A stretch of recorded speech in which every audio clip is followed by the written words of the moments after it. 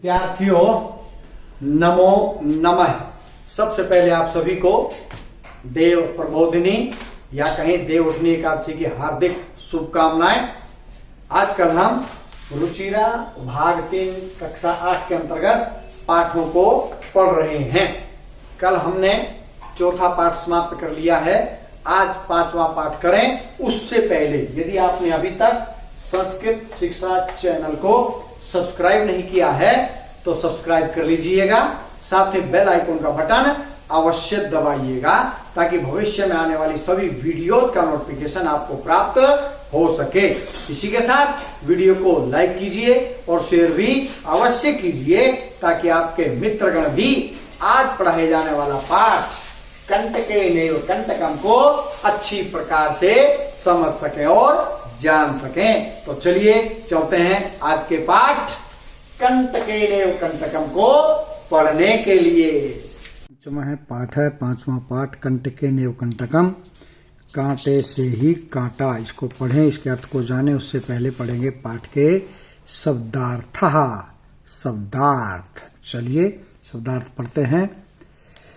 व्याध है शिकारी, स्वीयाम स्वयं की, दुर्भाग्यात दुर्भाग्य से, बद्ध बंधा हुआ, पलायनम पलायन करना भाग जाना, नवेदयत निवेदन किया, मोचिष्यामि मुक्त करोगे या छुड़वाओगे, निरसारयत निकाला, क्लांत है थका हुआ,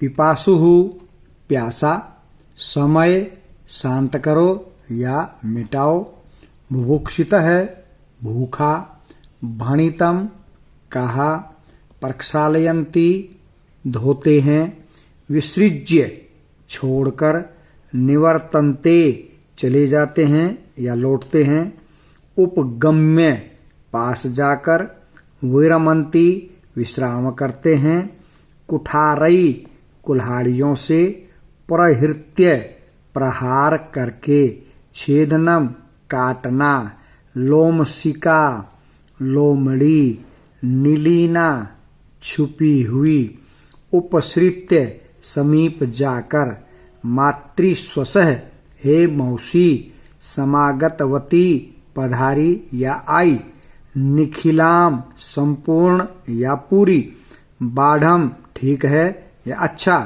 प्रत्यक्षम अपने सामने। तो चलिए अब करते हैं पाठ का अर्थ। पाठ का नाम है कंटकेनैव कंटकम, कांटे से ही कांटा या कांटे के द्वारा ही कांटा। तो चलिए पढ़ते हैं इसको। मध्य प्रदेश के डिंडोरी जिले में प्रधानों के बीच प्रचलित एक लोक कथा है। यह पंचतंत्र की शैली में रचित है। पंचतंत्र में जैसे कथा कहानियां जो हैं पशुओं पर बनाई है, उसी प्रकार उससे मिलती जुलती है इसकी शैली। इस कथा में स्पष्ट किया गया है कि संकट में चतुराई एवं प्रत्युत्पन्न मतित्व से बाहर निकला जा सकता है। तो संकट में रोने की अपेक्षा अपनी चतुराई या तुरंत कोई मति से बुद्धि से आप बाहर निकल सकते हैं। तो संकट में ध्यान दें। तो चलिए पाठ पढ़ते हैं। आसीत, अब क्रिया सबसे पहले लगाई है। संस्कृत में क्रिया कहीं भी लगे कोई फर्क नहीं पड़ता उससे। तो यहां से पढ़ेंगे। कश्चित कोई, चंचलो नाम चंचल नाम का, व्याधय शिकारी, आसीत था। आसीत आएगी आखिरी में, हिंदी में आखिरी में आएगी, संस्कृत में कहीं भी लगा सकते हैं, कोई समस्या नहीं है। कोई चंचल नाम का शिकारी था।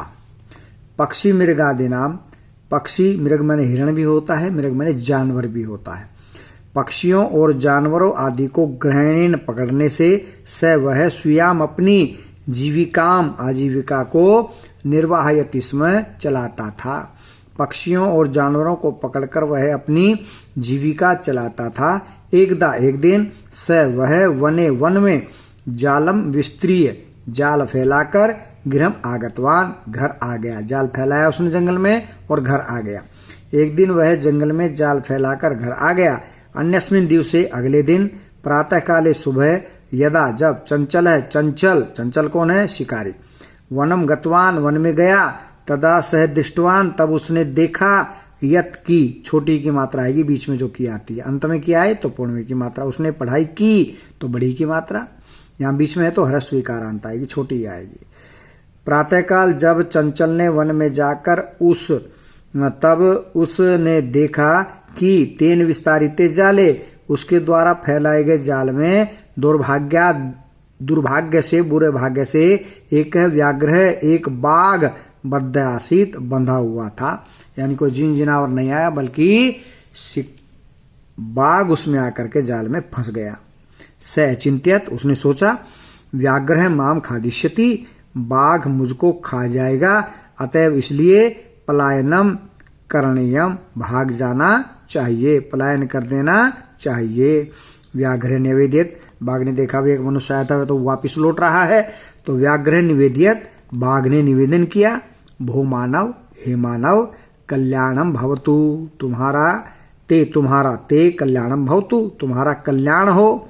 यदि तुम माम मुझे मोचिष्यसि, मुक्त कर दोगे, तरही तो अहम मैं त्वाम तुमको न हनिष्यामि, नहीं मारूंगा।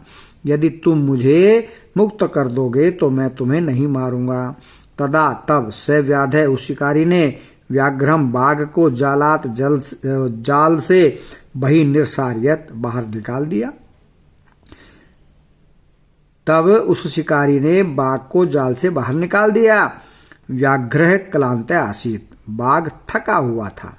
सैवदत्त, वह बोला, भो मानव, हे मानव, अहम पिपासु, मैं प्यासा हूँ, हे मानव मैं प्यासा हूँ। नद्या, नदी का जलमानीय, जल लाकर, मम मेरी पिपासाम, प्यास को समय शांत कर दो, बुझा दो। नदी से जल लाकर मेरी प्यास को शांत कर दो, मेरी प्यास को बुझा दो। व्याघ्र बाघ जलम पीत्वा, जल पीकर पुनः फिर व्याधम, शिकारी से अवदत्त बोला। जब उसने पानी पी लिया, पानी ला करके उसको दे दिया गया तो वह फिर उसको बोला। बाघ जल को पीकर फिर शिकारी से बोला, मेरी पिपासा, प्यास समय शांत हो गई है, बुझ गई है। मेरी जो प्यास है वो बुझ गई है, शांत हो गई है। सांप्रतम, अब बुभुक्षितो अस्मि, मैं भूखा हूं, अब मैं भूखा हूं। इदानीम, अब, अहम मैं, त्वाम तुम्हें, खादिष्यामि, खाऊंगा, अब मैं तुम्हें खाऊंगा। चंचल है उक्तवान, चंचल ने कहा, अहम मैंने, त्वत्कृते तुम्हारे लिए, धर्मम आचरितवान, धर्म का पालन किया, मैंने तुम्हारे लिए धर्म का पालन किया है। तो या तुमने मिथ्या भणितम, झूठ कहा, तुम माँ मुझे खादी, तुम इच्छसी, खाना चाहते हो। प्रश्नवाचक की तरह बोला, तुम मुझे खाना चाहते हो।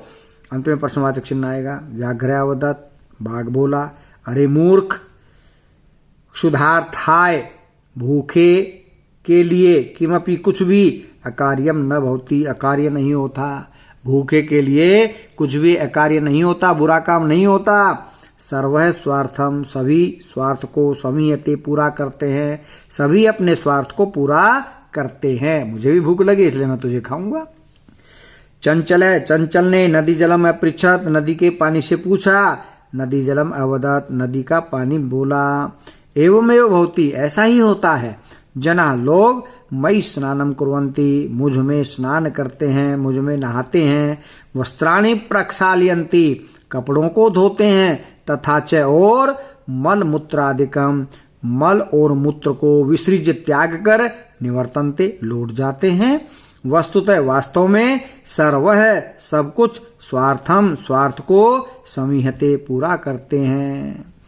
चंचल ने नदी के जल से पूछा। नदी के जल ने कहा, ऐसा ही होता है। लोग मुझ में स्नान करते हैं, कपड़ों को धोते हैं और मल मूत्र को छोड़कर चले जाते हैं, अर्थात मेरे अंदर ही मल मूत्र कर देते हैं। वस्तुतः सर्व स्वार्थम समीयते, वास्तव में सभी अपना स्वार्थ पूरा करते हैं। अब नदी ने तो कह दिया ऐसा, अब वो गया किसके पास? वृक्ष के पास। चंचल है, चंचल, वृक्षम उपगम्य, वृक्ष के पास जाकर है पूछा। चंचल ने वृक्ष के पास जाकर पूछा। वृक्ष है अवदत, वृक्ष बोला, मानवहा, मनुष्य, अस्माकम, हमारी, छायायाम, छाया में, विरमंती, विश्राम करते हैं। मनुष्य हमारी छाया में विश्राम करते हैं। अस्माकम हमारे फलानी फलों को खादंती खाते हैं, हमारे फलों को खाते हैं। पुनः फिर कुठारई कुल्हाड़ियों से प्रहृत्य प्रहार करके अस्मभ्याम हमें सर्वदा हमेशा कष्टम ददती कष्ट देते हैं। फिर कुल्हाड़ी से प्रहार करके हमें हमेशा कष्ट देते हैं। यत्र कुत्रापि जहाँ कहीं भी छेदनम कुर्वन्ति काट देते हैं। सर्व स्वार्थम समीहते सब कुछ अपने स्वार्थ के लिए पूरा करते हैं, अर्थात सभी अपना स्वार्थ पूरा करते हैं, कुछ मतलब नहीं दूसरे से। पेड़ ने भी यही कहा और नदी के पानी ने भी यही कह दिया। तो ये जब उनके सब बातें हो रही थी तो तब क्या हुआ, समीपे पास में एकाएक लोमशिका लोमड़ी बद्री गुलमा नाम बेर की झाड़ियों के पृष्ठे पीछे नीलिना छुपी हुई एताम वार्ताम इस बात को सुनोते समय सुन रही थी। पास में एक लोमड़ी बेर की झाड़ियों के पीछे छुपी हुई इस बात को सुन रही थी। सा वह सहसा अचानक चंचलम उपसृत्य चंचल के पास आकर कथयति कहती है, का वार्ता क्या बात है। यद्यपि उसने सारी बात सुन ली है लेकिन फिर भी कहती है चंचल के पास आकर के, का वार्ता क्या बात है। माम अपि विज्ञापय मुझे भी बताओ। स अवदत वह बोला, वह कौन, चंचल। स अवदत वह बोला, अरे मातृस्वस है, मौसी। मातृस्वस माता की बहन, माता की बहन कौन, मौसी। अरे मौसी त्वम अवसरे तुम ठीक समय पर समागतवती आई हो, तुम ठीक समय पर आई हो।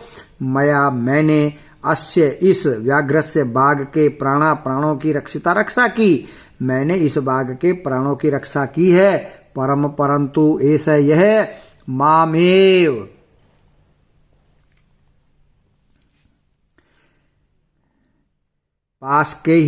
पास में ही एक लोमड़ी बेर की झाड़ियों के पीछे छिपकर यह बात सुन रही थी। वह अचानक चंचल के पास जाकर बोली, का वार्ता क्या बात है। माम अपि विज्ञापय मुझे भी बताओ। सवदत वह बोला, मातृस्वसे अरे मौसी त्वम अवसरे समागतवती तुम ठीक समय पर आई हो। मया मैंने अस्य व्याघ्रस्य इस बाघ के प्राणा प्राणों की रक्षा की है। परंतु ऐसा यह मामेव मुझको ही खादी तुम खाना इच्छति चाहता है, परंतु यह मुझको ही खाना चाहता है। तदनंतरम तब से वह लोमशिका यही लोमड़ी को तब उसने लोमड़ी को निखिलाम सारी कथाम कथा या बात नैवेद्यत बताई। तब उसने लोमड़ी को सारी बात बताई। लोमशिका लोमड़ी ने चंचलम चंचल से एकथ्यत कहा। लोमड़ी ने चंचल से कहा, बाड़म अच्छा त्वम जालम प्रसारय तुम जालम जाल को प्रसारय फैलाओ, तुम जाल को फैलाओ। पुनः फिर सा वह व्याघ्रम बाघ को वदत बोली। फिर वह बाघ से बोली, तुम जाल को फैलाओ। फिर वह बाघ से बोली, केन प्रकारेण किस प्रकार से, तुम एतस्मिन् जाले इस जाल में बद्ध फंस गए थे। इति यह मैं प्रत्यक्षम अपने सामने द्रष्टुम इच्छामि देखना चाहती हूँ। वह बाघ से बोली, किस प्रकार से तुम इस जाल में फंस गए थे यह मैं प्रत्यक्ष देखना चाहती हूँ, अपने सामने देखना चाहती हूँ। व्याघ्र बाघ तद वृतांतम उस वृतांत को उस बात को प्रदर्शित करने के लिए तस्मिन् जाले उस जाल में प्रवेश कर गया। बाघ उस बात को दिखाने के लिए उस जाल में प्रविष्ट हो गया। लोमशिका लोमड़ी ने पुनः कथित फिर कहा, संप्रति अब पुनः बार कूर्दनम कृत्वा कूद कर दर्शय दिखाओ, अब बार कूद कर दिखाओ। स तथैव समाचरत उसने वैसा ही आचरण किया। अनारतम लगातार कूर्दनेन कूदने से स वह श्रांत अभवत थक गया, लगातार कूदने से वह थक गया। जाले बद्ध है जाल में बंधा हुआ। स व्याघ्र वह बाघ क्लांत है दुखी सन होकर निस्सहायो भूत्वा निस्सहाय होकर तत्र अपतत वहां गिर पड़ा। च और प्राण भिक्षामिव अयाचत प्राणों की भिक्षा मांगने लगा। जाल में बंधा हुआ वह बाघ दुखी होकर के निस्सहाय वहां पर गिर पड़ा और प्राणों की भिक्षा करने लगा। लोमशिका व्याघ्रम अवदत्, लोमड़ी बाघ से बोली, सत्यम त्वया भणितम, त्वया तुमने, सत्यम भणितम सत्य कहा है, सर्व स्वार्थम समीहते, सभी अपने स्वार्थ को पूरा करते हैं। आज के लिए इतना ही, मिलते हैं कल अभ्यास के साथ, तब तक के लिए जयतु सुर भारती।